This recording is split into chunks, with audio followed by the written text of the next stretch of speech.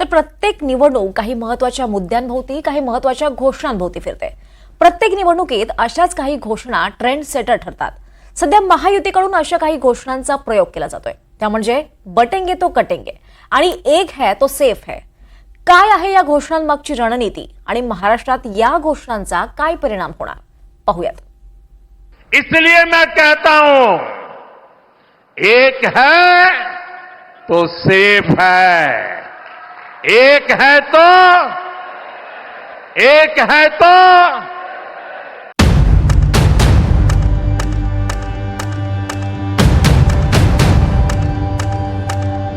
योगींच्या बटेंगे तो कटेंगेचा पार्ट 2 मोदींनी रिलीज केलाय।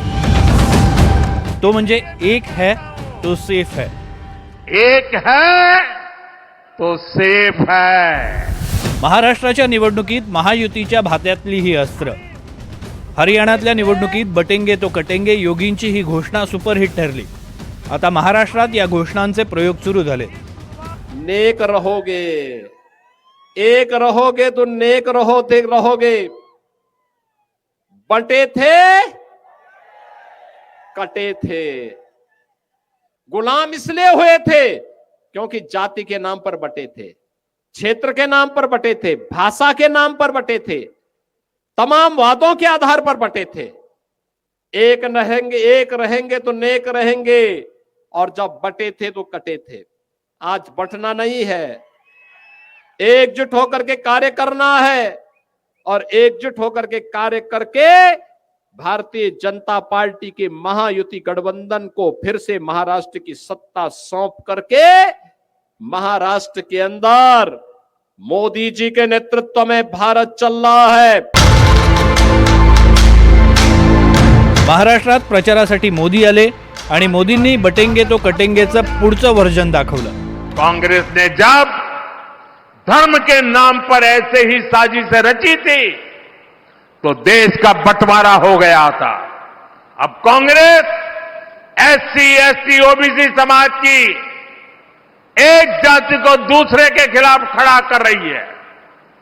भारत के खिलाफ इससे बड़ी साजिश कोई और नहीं हो सकती। आप मुझे बताइए, आदिवासी जब एकजुट रहेगा तो उसकी ताकत बढ़ेगी कि नहीं बढ़ेगी? ताकत बढ़ेगी कि नहीं बढ़ेगी? अलग अलग जातियों में टूटने से आप सोचिए कमजोर हो जाएंगे कि नहीं हो जाएंगे। इसलिए मैं कहता हूं, एक है तो सेफ है, एक है तो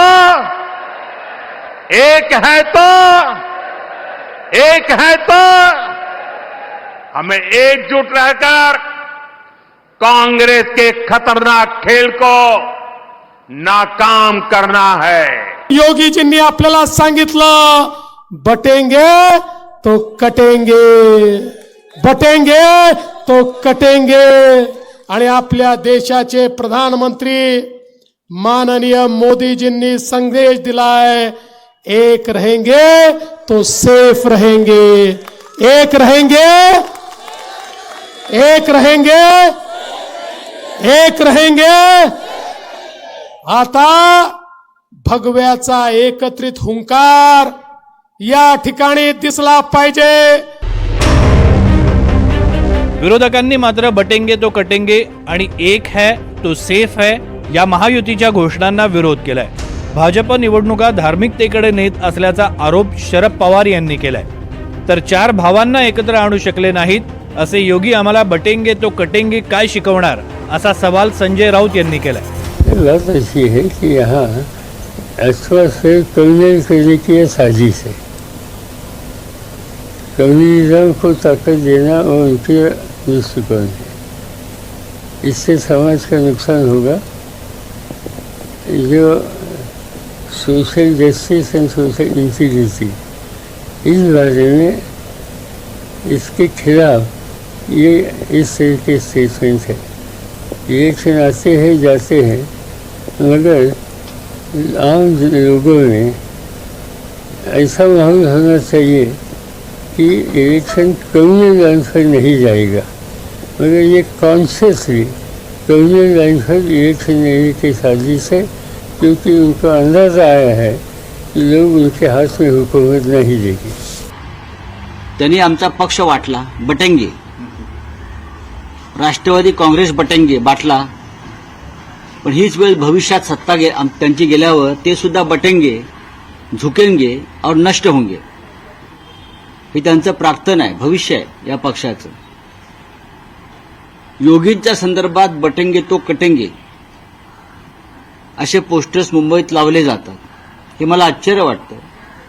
योगी आदित्यनाथला 4 भाऊ आहेत आणि गेले 40 वर्ष 4 भाऊ एकत्र आले नाहीत। योगी आदित्यनाथला 4 भाऊ आहेत आणि गेले 40 वर्ष हे 4 भाऊ एकत्र येऊ शकले नाहीत। अनेक वर्ष योगी आपल्या आईला भेटू शकले नाहीत, तिथे बटेंगे, आपल्या वडिलांच्या अंत्ययात्रेला गेले नाहीत, तिथे बटेंगे, आणि हे स्वतःला हिंदुत्ववादी आम्हाला बटेंगे, कटेंगे, छटेंगे हे आम्हाला शिकवतात। विरोधकच नाही तर महायुतीत असलेल्या अजित पवारांनी देखील बटेंगे तो कटेंगे या घोषणेपासून स्वतःला दूरच ठेवणं पसंत केलंय। महाराष्ट्रातल्या लोकांना हे अजिबात आवडत नाही। महाराष्ट्रातल्या लोकांनी सातत्याने जातीय सलोखा ठेवण्याचा प्रयत्न केलेला आहे आणि शिवशाहू फुले आंबेडकरांची विचारधारा ही सगळ्या 18 पगड जाती 12 बलुतेदारांना बरोबर घेऊन जाण्याची आहे। त्याच्यामुळं बाहेरचे लोक येतात, ते त्यांचा विचार करून त्या ठिकाणी बोलून जातात, परंतु महाराष्ट्राने हे कदापि मान्य केलेलं नाही। हा आजपर्यंतचा महाराष्ट्राच्या निवडणुकांचा इतिहास आहे। आधी पाहूया बटेंगे तो कटेंगे ही घोषणा कुठून आली। ऑगस्ट 2024 मध्ये योगी आदित्यनाथ यांनी आग्र्यामधल्या सभेमध्ये पहिल्यांदा बटेंगे तो कटेंगेचा नारा दिला। त्यावेळी बांगलादेशमध्ये हिंदूंवर हल्ले वाढत होते। त्यावेळी बांगलादेशच्या संदर्भात वक्तव्य करताना योगी म्हणाले की एखादं राष्ट्र त्याच वेळी मजबूत आणि अखंड राहू शकतं ज्यावेळी आपण एकजूट आणि धर्मनिष्ठ राहू। बटेंगे तो कटेंगे। योगी आदित्यनाथांची बटेंगे तो कटेंगे ही घोषणा हरियाणा निवडणुकीतही चांगलीच गाजली। जात आणि धर्म या दोन्ही अर्थांनी महाराष्ट्रात या घोषणेचा अर्थ लावला जातोय। ही घोषणा घराघरात पोहोचवण्यासाठी महाराष्ट्रात भाजप आणि संघाचे कार्यकर्ते सक्रिय झालेत। आरक्षण, अनुसूचित जातींबद्दलच्या अफवा, लव जिहाद, लँड जिहाद पासून सावध राहा अशा आशयाचे बॅनर्स आणि पोस्टर्स देखील लावण्यात येतात आहे। त्याचसोबत सोशल मीडियावरूनही याचा प्रचार केला जातोय। आरक्षणावरून मराठा, ओबीसी तसंच धनगर, आदिवासी असा संघर्ष महाराष्ट्रानं अनुभवलेला आहे। लोकसभा निवडणुकीत मुस्लिम मतांचं ध्रुवीकरण झालं होतं, मात्र हिंदू मतांचं ध्रुवीकरण झालं नाही। त्यामुळे धार्मिक ध्रुवीकरणाबरोबरच जातीय ध्रुवीकरणावर भाजपचा भर आहे। योगी आदित्यनाथांना फक्त उत्तर भारतीय मतांसाठी नाही तर हिंदूंचा ब्रँड अँबॅसेडर म्हणून महाराष्ट्रात आणलं जातं। हरियाणामध्ये विभागलेल्या जातींमध्ये ध्रुवीकरण झालं आणि भाजपला अपेक्षित परिणाम साधता आला। हरियाणामध्ये जाट वगळता इतर मतं भाजपच्या पाठीशी उभी राहिली। महाराष्ट्र आणि हरियाणाचा स्वभाव वेगळा असला तरी जातीच्या मतांच्या गणितावर आता भाजप काटेकोरपणे लक्ष देत आहे। त्यामुळे बटेंगे तो कटेंगे आणि एक है तो सेफ है याचा महाराष्ट्रात नेमका काय परिणाम होतो हे पाहणं उत्सुकतेचं ठरणार आहेच, पण याचा परिणाम ट्रेंड सेटर ठरणार आहे। Bureau report, NDTV Marathi, Mumbai. एक है तो